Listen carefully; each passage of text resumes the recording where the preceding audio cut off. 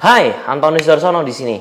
Nah, teman-teman, hari ini aku pengen sharing karena beberapa dari kalian itu ada yang tanya dan ada yang takut ketika mau mulai bermain di properti. Mereka takut modal yang mereka kumpulkan itu masih belum cukup untuk bermain di sektor properti. Sekali lagi teman-teman, properti itu semuanya relatif. Tergantung dari kita itu punya kemampuan berapa dan membeli itu berapa. Jangan selalu mikir kalau properti itu gede banget, harus uangnya banyak banget. Enggak seperti itu juga. Karena murah sama mahal itu sebenarnya relatif teman-teman. Bagi aku membeli properti dengan harga 1 miliar bisa dibilang itu angka yang besar gitu loh. Tapi mungkin bagi Mokhtaryadi pendiri Lipo Group itu, ya transaksi properti dengan harga 1 miliar itu dibilang kecil banget dan sangat-sangat gampang dia ngeluarin uang segitu. Nah teman-teman, sama halnya seperti aku, kalau aku bilang 1 miliar itu mungkin gede, mungkin bagi kalian juga belum tentu gede. Dan kalau misalkan kalian mau beli properti ya nggak perlu melulu dengan harga angka 1 miliar. Kalian bisa mulai start di angka 300 juta, 400 juta, itu semua depends. Dan semuanya itu harus disesuaikan dengan budget kita masing-masing. Jadi jangan ngambil kesimpulan kalau mau main properti ya pasti gede banget uangnya gitu loh. Nah, ada sumber-sumber yang sebenarnya kalian bisa pakai supaya kalian beli propertinya itu jadi lebih murah. Nah, ada 6 pendanaan yang aku akan sharing pada video kali ini. Tonton sampai habis karena ini akan sangat penting bagi kalian yang bermain di sektor properti. Nah, yang pertama adalah pendanaan melalui ownernya. Nah, seringkali kita itu mikirnya cuman hanya dalam sudut pandang yang kecil. Kita selalu mikir kalau mau beli harus selalu cash, kalau mau beli harus langsung. Enggak teman-teman, ternyata di properti itu bukan barang yang komoditas. Jadi kalau misalkan sebelah ada jual, sebelah ada jual, sebelah ada jual, bukan hal yang seperti itu. Properti itu unik. Bahkan setiap produknya itu hanya satu-satunya di dunia. Iya dong, karena tanahnya ya cuma ada di situ doang. Nggak mungkin bisa diduplikat di sebelah-sebelahnya, itu nggak bisa. Karena setiap tanahnya kan beda-beda, ya kan? Baik dari ukuran, dari desain, dari bentuk, apa segala macam, dari sudut pandangnya itu pasti semua beda. Karena properti itu unik. Jadi itu semua fleksibel banget dan semua tergantung pada negosiasi kita. Ada pendanaan dari ownernya juga. Nah, pendanaan dari owner itu seperti apa? Seperti misalkan kalau aku mau beli sebuah rumah. Aku mau beli sebuah rumah, aku biasanya nggak langsung bilang, Pak saya mau langsung ngelunasin. Jadi langsung bayar, jebret, langsung jadi. Enggak. Kadang-kadang aku juga bilang, Pak mau nggak kalau pendanaannya itu saya adanya cuman dicicil bertahap. Jadi saya minta waktu kurang lebih 2 tahun, saya cicil selama 2 tahun. Atau mungkin bisa dibilang 2,5 tahun sampai 3 tahun, itu sebenarnya juga bisa. Tergantung dari bagaimana kalian nego. Mungkin kalian akan bilang nggak masuk akal bisa sampai 3 tahun nyicil kayak gitu. Tapi teman-teman ingat ya, karena properti itu unik. Pada basically juga developer yang melakukan jual beli gambar, hanya punya tanahnya aja tapi belum punya pembangunannya, dia juga bisa dicicil selama 18 kali. Jadi untuk rumah yang sudah jadi dan biasanya orang-orang yang nggak butuh uang banyak cepet juga, itu mereka mau-mau aja gitu kalau misalkan disuruh cicil. Jangan mengkotak-kotakkan kalau properti ya gini harus kayak gini. Properti itu sangat fleksibel dan tidak saklek. Jadi pastikan kalian menawar ke orangnya untuk nego sistem pembayarannya. Oke lah, misalkan harga propertinya 1 miliar, kalian bilang aja, Pak, Bu, mau nggak saya beli propertinya dengan harga 1 miliar 50 juta. Jadi lebih tinggi.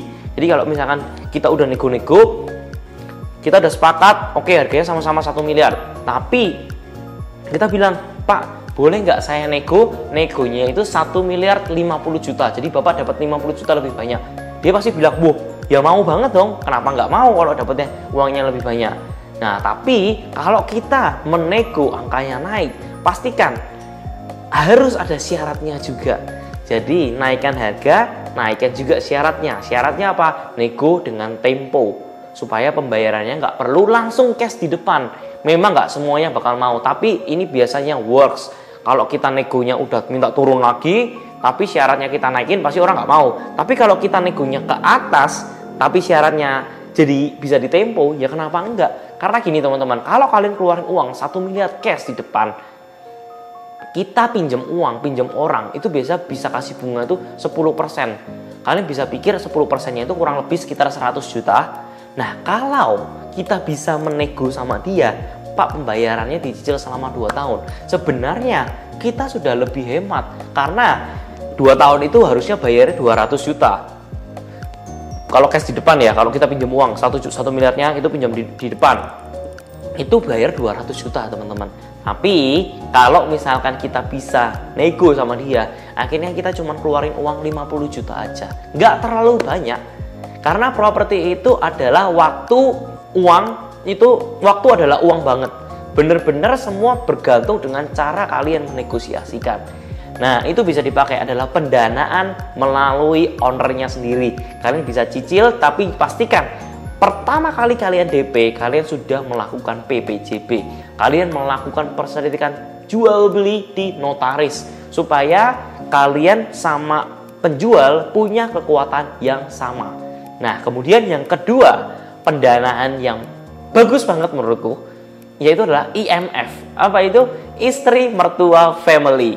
Bukan bank, bukan dari pencetak duit di dunia, tapi ini adalah istri mertua family. Ini bisa kalian pakai. Jadi kalau misalkan kalian itu punya produk yang bagus, kenapa nggak coba ditawarin ke saudara-saudara kalian? Toh nggak usah malu gitu loh, karena properti itu bukan suatu bisnis yang naik turunnya cepet banget. Properti itu stabil banget dan selalu naik. Jadi enak banget. Jadi kalau orang tua ditawarin bisnis properti, dikasih pendanaan untuk masukin duitnya di properti, mereka biasanya setuju banget karena cenderung safety. Biasanya orang-orang itu pada mau. Nah, mungkin ini bisa jadi contoh buat kalian kalau misalkan butuh pendanaan, kalian bisa juga minta ke IMF kalian. Pasti dah ada yang bisa digunakan uangnya. Pasti mereka punya uang nganggur. Sedikit itu pasti punya. Daripada mereka taruh duitnya di bank, mereka bisa kalian minta olahkan supaya untuk dijadikan kos-kosan, hotel, atau apapun itu. Itu bisa banget. Jadi jangan berkecil hati, jangan bilang wah kayaknya nggak mungkin deh, nggak punya uang, wah kayaknya nggak berani deh. Nggak, justru mereka itu senang banget kalau ditawarin instrumen yang cenderung safety, karena mereka selama ini cuman masukin pasti di deposito. Nah, makanya ini mungkin bisa jadi celah buat kalian untuk pinjem. Nah, kemudian yang ketiga itu bisa pinjam dengan teman kalian sendiri atau berkolaborasi dengan teman kalian yang sudah mapan. Nah, teman-teman, ini bisa dipakai banget. Jadi aku sendiri pun juga main properti juga nggak sendirian, aku main bareng sama temanku dan kita jadinya saling bantu gitu loh. Daripada properti kita itu satu, kita cuma bisa beli satu, tapi dengan 2 orang kita bisa beli jauh lebih banyak. Bisa beli 2, bisa beli 3 gitu loh.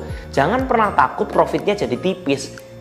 Ini yang kadang-kadang sering kali orang salah. Orang tuh banyak banget yang serakah, mereka pengennya main sendiri, akhirnya apa? Pusing sendiri, nggak punya teman cerita, dan akhirnya ya susah-susah sendiri. Harus rela berbagi. Walaupun untungnya jadi dibagi 2, tapi nggak apa-apa.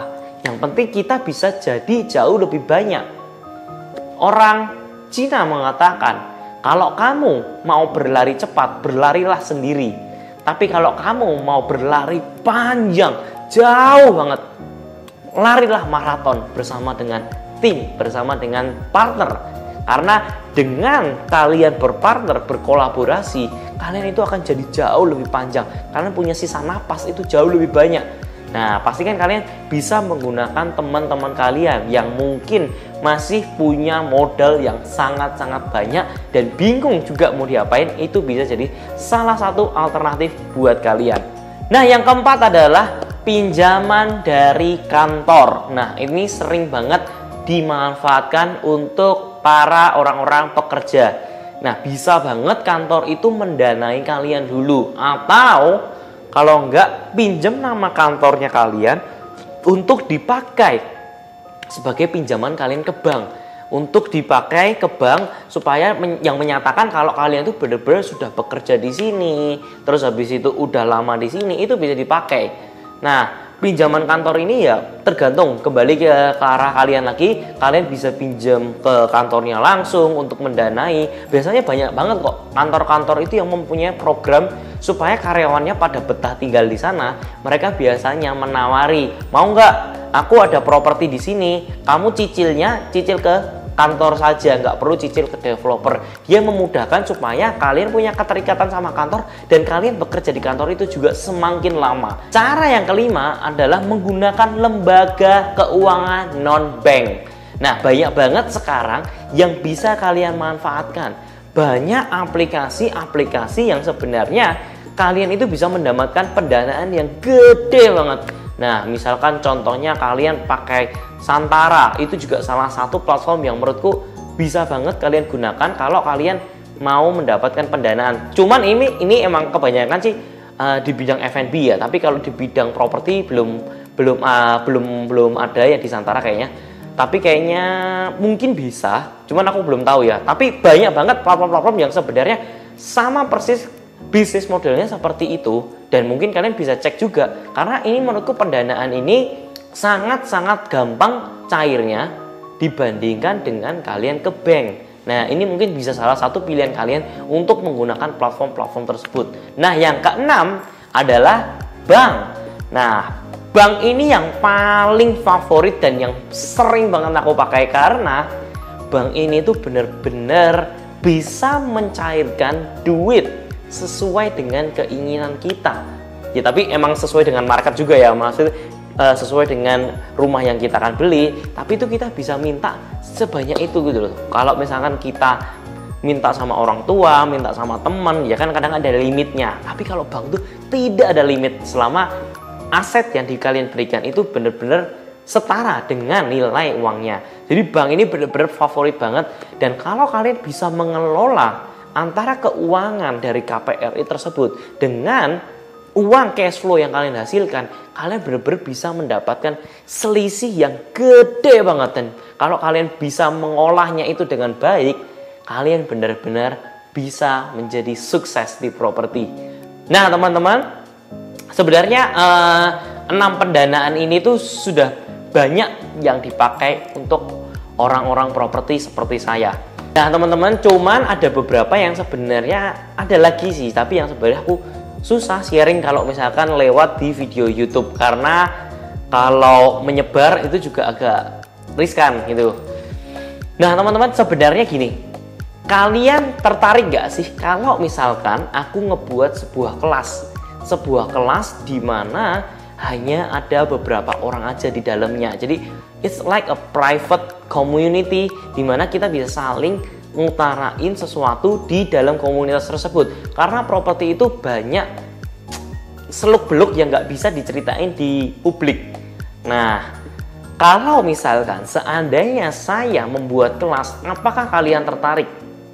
Coba jawab di kolom komen di bawah ini. Aku pengen tahu kalau misalkan aku ngadain kelas, respon kalian tuh seperti apa? Mau nggak sih? Hanya beberapa orang aja. Misalkan 10-15 orang aja, nggak usah banyak-banyak. Di dalam satu kelas itu kita akan sharing, kita akan bedah secara tuntas propertinya, dan aku bener-bener bakal bisa lebih leluasa untuk ngobrolnya dibanding saya cerita video yang ujung-ujungnya bakal kesebar ke banyak orang dan akan merugikan dari sisi manapun. Dari sisi aku bakal dirugikan, di sisi orang penjualnya akan berikan, semuanya akan dirugikan. Jadi lebih baik aku sharing di forum yang jauh lebih private. Nah teman-teman, jika kalian suka, kalian setuju, kalian bisa komen di bawah ini. Dan oh ya, jika kalian suka dengan video kali ini, pastikan kalian like, comment, dan subscribe videoku di bawah ini supaya aku semangat untuk terus membagikan ilmu-ilmu gratis kepada kalian semua. Oke teman-teman, semoga video ini bisa bermanfaat, and I'll see you in the next video. See ya!